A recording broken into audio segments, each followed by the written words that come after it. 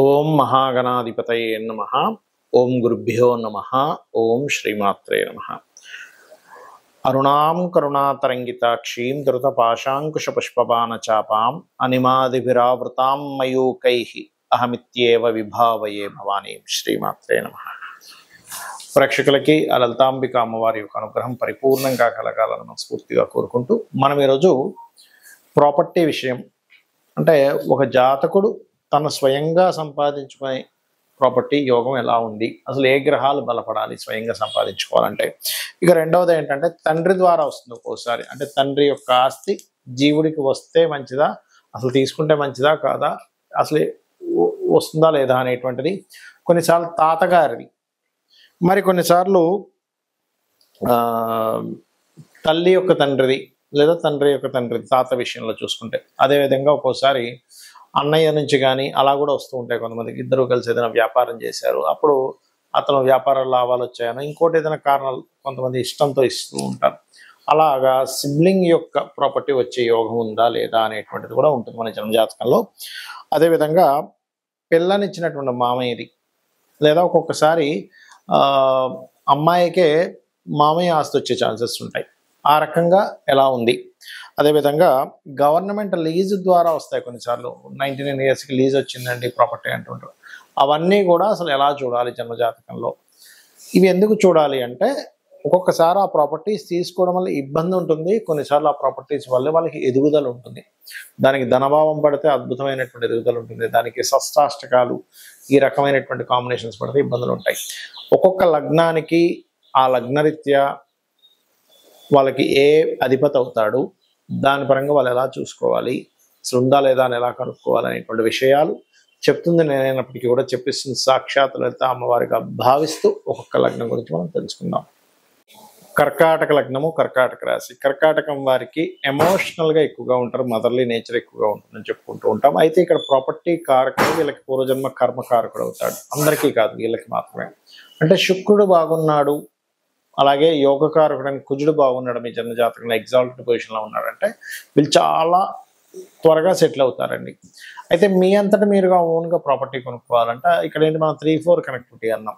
ఇప్పుడు third lord అంటే third house అనేది కర్కాటకానికి 4వ అధిపతి 3లో ఉంటే అది సొంతంగా కొనుక్కోవాలి. కానీ అక్కడ నీచ స్థానం కదా, అలాంటప్పుడు నీచ భంగ రాజయోగం జరిగిందా లేదా, ఇది చాలా ఇంపార్టెంట్. అక్కడ ఓన్గా సంపాదించుకునేటప్పుడు లేదండి 3లో లేడు, కాకపోతే 3వ అధిపతితో కలిసి ఉన్నాడు వేరే వేరే ప్లేసెస్లో, అప్పుడు ఆ యొక్క మహాదశ అంతర్దశలో ఖచ్చితంగా కొనుక్కుంటారు.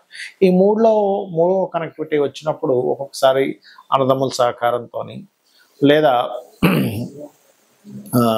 6వ స్థానం కనుక బాగుంటే ఇది మేనమామ లేకపోతే మనకి సిబ్లింగ్స్ వల్ల కూడా ప్రాపర్టీస్ వస్తాయన్నమాట. అంటే ఏమిటి, ఇక్కడ గురువు బాగుండాలి ముఖ్యంగా మీకు కర్కాటకం వారికి చూసుకున్నట్లయితే. అయితే ఇక్కడ సర్వసాధారణంగా మనం వీళ్ళ పూర్వజన్మ కర్మ కూడా శుక్రుడు బాగున్నాడు, త్వరగా ఎర్లీ ఏజ్లో వీళ్ళు గృహం కట్టుకున్నారని మీకు తిరుగులేదండి. వీళ్ళకి ఎటువంటి ఇబ్బంది పెద్దగా రైతు ఏదైనా వచ్చినా సరే లైఫ్లో చిన్న చిన్న ఇబ్బందులు వస్తాయి. రైట్. మరి ఇక్కడ తండ్రి ఆస్తికి ఎవరు కారకుడు కర్కాటక లగ్నానికి అని చూసుకుంటే బుధగ్రహం ప్రధాన పాత్ర పోషిస్తుంది. అంటే మీ జన్మ జాతకంలో బుధగ్రహం ఎలా ఉందో చెక్ చేసుకోవాలి. తండ్రి ప్రాపర్టీ మీరు తీసుకునేటప్పుడు, తండ్రి ప్రాపర్టీలో మీరు నివసించేటప్పుడు, తండ్రి లేనప్పుడు, తండ్రి ఉన్నప్పుడు కాదు విషయం, తండ్రి లేనప్పుడు అంటే తండ్రి గతించారు, ఒక ఏజ్ వచ్చి 80 ఏళ్ళకో ఎప్పుడో మొత్తం మీద, అప్పుడు మీరు చూసుకోవాలి. ఓకే, బుధుడు బాగున్నాడు, అప్పుడు మీరు ఆ ఇంట్లో ఉంటే యోగిస్తుంది, లేకపోతే అది యోగించదు. గుర్తుపెట్టుకోండి, అంటే బుధగ్రహం పాడైతే యోగించదు కర్కాటకం వారికి.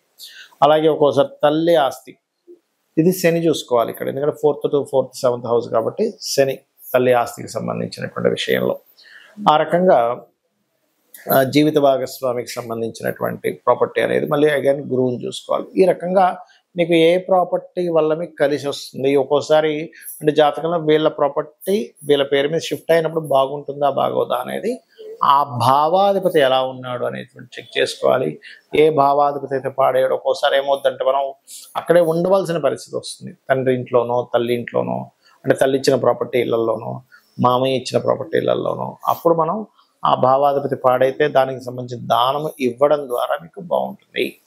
ఈ ప్రాపర్టీ విషయంలో సొంతంగా కొనుక్కోవడం ఒక ఎత్తు, మీ బంధువర్గం నుంచి రావడం అంటే తాత తండ్రి మామయ్య అన్నదమ్ములు గవర్నమెంట్ నుంచి రావడం ఒక ఎత్తు. అయితే ఎప్పుడు కొనుక్కోవాలి? ఇది చాలా ముఖ్యమైనటువంటి విషయం. ఎప్పుడైనా ఏదైనా ప్రాపర్టీ కొనుక్కోవాలన్నప్పుడు ఎప్పుడు కొనుక్కోవాలి అంటే, మీ జన్మజాతకంలో సొంతంగా కొనుక్కునేటప్పుడు 4వ స్థానం గుర్తుపెట్టుకోండి. 4వ స్థానము లేదా కుజుడు, భూములు కొనుక్కోవాలన్నప్పుడు కుజుడు దగ్గర కానీ బుధుడి దగ్గర కానీ గుడ్ ట్రాన్సిట్ ఉండాలి. చాలా మంది ఏమంటే మేము కొనుక్కున్నామండి కానీ చాలా ఇబ్బందులు పడ్డామంటారు. ఎందుకు? కారణం ఏంటంటే 4వ స్థానానికి ఎక్కడా సరైన కనెక్టివిటీ లేదు. ఇది కేవలం మీరు కొనుక్కోవడానికి. మరి మీ తండ్రి నుంచి వస్తుంది. 12వ స్థానానికి సరైన గోచారం లేదా మహాదశలు బాగుండాలి. లేదా తాతగారు ఆస్తి తీసుకుంటున్నారు, అప్పుడేమిటి? 8వ స్థానం బాగుండాలి. ఆ టైంలో మీరు కొనుక్కునేటప్పుడు గోచారం బాగుండాలి. చాలామంది తాతగారు ఆస్తి తీసుకున్నామండి అమ్మేసామండి అంటారు, తండ్రి గారు ఆస్తి ఇచ్చారు కానీ అమ్మేసామంటారు. కారణం ఏమిటి అంటే, ఆ యొక్క ప్రాపర్టీని ఇచ్చేటువంటి గ్రహాల యొక్క స్థితి గతులు సరిగ్గా లేవు అనేటువంటిది మనం అర్థం చేసుకోవాలి. ఇక అప్పుడు గోచారం బాగుంది, ఖచ్చితంగా తీసుకోవచ్చు. అయితే ఇందులో మీకు గనక తాతగారు ఆస్తి కానీ తండ్రి గారు ఆస్తికి కానీ వచ్చిన తర్వాత ఇబ్బందులు ఉన్నాయన్నప్పుడు ఖచ్చితంగా మీరు ఆ ప్రాపర్టీని యాజ్ ఇట్ ఈస్గా అమ్మేసి ఇంకో ప్రాపర్టీ కొనుక్కోండి. యాజ్ ఇట్ ఈస్గా వాళ్ళు సంపాదించినటువంటి ఆ ప్రాపర్టీ ప్లేస్లో యాజ్ ఇట్ ఈస్గా మీరు ఉండకూడదు. లేదా రెంట్కి ఇచ్చేసి, ఇప్పట్లో అమ్మలేమన్నప్పుడు దాన్ని రెంట్కి ఇచ్చేసి ఇంకో దగ్గర ఉండడం అయినా మంచిది. ఇక అదేవిధంగా బాగోపోతే అమ్మేయాలని చెప్పాను. మరొక విషయం ఏంటంటే, ఇక్కడ మరి ఎప్పుడు కొనకూడదు అంటే, కేతు సంబంధం లేదా పాపగ్రహం గనక, ఇంతకుముందు నేను చెప్పినటువంటి భావములు అంటే ఏ కాంబినేషన్స్ వల్ల ఎవరి నుంచి ప్రాపర్టీ వస్తుంది లేదా సొంతంగా కొనుక్కుంటారని చెప్పని, అక్కడ గనక పాపగ్రహ సంబంధాలున్నా, ముఖ్యంగా కేతు సంబంధం కనుక వస్తే ఆ టైంలో మీరు కొనడం కానీ, ఇంకా ఎందుకంటే ఆ టైంలో అమ్మే టైం నడుస్తుంటుంది మీకు. కొంతమంది ఈ ప్రాపర్టీ అమ్ముదాం అనుకుంటారు, కేతు సంబంధం వచ్చినప్పుడు ఖచ్చితంగా అమ్మేస్తారు. కేతుతో పాటు గురు సంబంధం కూడా వస్తే మంచి రేటుకి అమ్ముతారు. ఇట్లా ఉంటుందన్నమాట.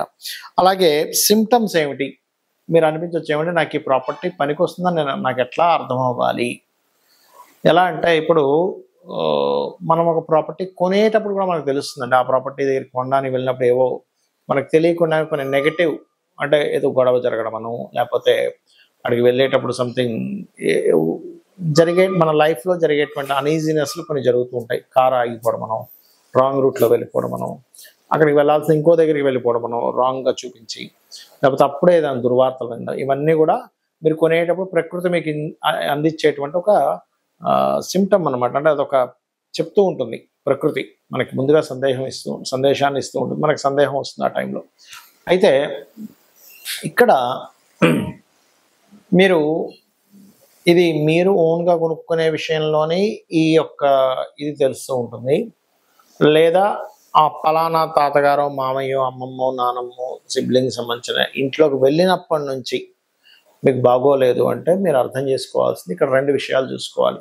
ఒకటి, మీకు మహాదశ అంతర్దశలు ఏమైనా ఇబ్బందినిచ్చేటువంటిది ఉందా, అది ముందుగా చెక్ చేసుకోవాలి మీరు. ఇక రెండవ విషయం ఏంటంటే, ఆ ఇంట్లో వాస్తుదోషం ఉండడం వల్ల వచ్చిందా. ఒక్కొక్కసారి మీకు అది కలిసి వచ్చే, మీకు తండ్రి వల్ల తాత వల్ల యోగం ఉన్నప్పటికీ వాస్తు దోషం వల్ల మీకు మహాదశ అంతర్దశల్లో బాగోపోవడం వల్ల వస్తుంది. అంతేగాని ప్రతిసారి తండ్రి ప్రాపర్టీ తాత ప్రాపర్టీ కలిసి రాకపోవడం ఉండదు. అవి చెక్ చేసుకుని అవి కూడా బాగున్నా సరే బాగోలేదంటే మీకు ఎక్కడో ఇబ్బంది ఉందని అర్థం. కొంతమందికి జాతకాలు ఉండవు. జాతకాలు లేనప్పుడు వీలైనంత మటుకు అక్కడికి వెళ్ళినప్పటి నుంచి ఇబ్బంది వస్తుంది అన్నప్పుడు దాన్ని రెంట్కి ఇచ్చి ఇంకో దగ్గరికి వెళ్ళడం మంచిది, లేదా అమ్మేసి ఇంకోటి కొనుక్కోవడం మంచిది. ఇక ప్రాపర్టీ పరంగా ఇలా ఉందండి, మేము ఏం చేయాలి? ఇప్పుడు సొంతంగా ప్రాపర్టీ కొనుక్కోవాలన్నా, లేకపోతే ఎవరైనా సరే ఏదైనా ప్రాపర్టీ పొందాలన్నా, ముఖ్యంగా గురు కుజ గ్రహాల దగ్గర దీపారాధన చేస్తూ ఉంటే తొందరగా ప్రాపర్టీ యోగం వస్తుంది ఒకటి. రెండవది, మణిద్వీప వర్ణన ఖచ్చితంగా ప్రాపర్టీ యోగాన్ని, ఏదైనా గృహం కొనుక్కోవాలనే యోగాన్ని కలిగిస్తుంది. సరే, ఇవి ఓకే. ఒక ప్రాపర్టీ కొన్నాము, అది కబ్జాలోకి వెళ్ళిపోయింది, లేకపోతే లిటిగేషన్స్ ఏర్పడ్డాయి, గొడవలు నడుస్తున్నాయి, ధర్మబద్ధంగా మీరున్నారు, అయినా సరే ఆ యొక్క ఆస్తికి సంబంధించి మీకు ఎంతో పోరాడుతున్నారు, రావట్లేదు. అలాంటప్పుడు వారాహి అమ్మవారి యొక్క అష్టోత్తరము, వరాహస్వామిని పూజించడము, ఇవి చేయాలి. మీకు ఈ రకంగా కనుక మీరు చేసినట్లయితే మీకు ఖచ్చితంగా రావాల్సిన ప్రాపర్టీ రావడము, అదేవిధంగా ప్రాపర్టీలో ఏదైనా ఇబ్బందులు ఉన్నా సరే తొలగిపోవడం అనేటువంటిది జరుగుతుంది. కాకపోతే ఇది ఎన్ని రోజులు చేయాలి అంటే, మీకు ప్రాపర్టీ క్లియర్ అయ్యే వరకు ఈ అష్టోత్తరాలు చదువుకోవడం చేయండి. కొనుక్కోవాలన్నా కూడా, ఏదైనా ప్రాపర్టీ కొనుక్కోవాలన్నా కూడా ఇందాక నేను చెప్పినట్టుగా గురు కుజ గ్రహాల దగ్గర దీపారాధన రెగ్యులర్గా చేయండి, మంగళవారము గురువారం ఇలా చేసినట్లయితే ఖచ్చితంగా మీకు రావాల్సిన ప్రాపర్టీ వస్తుంది. శ్రీమాత్రే నమః.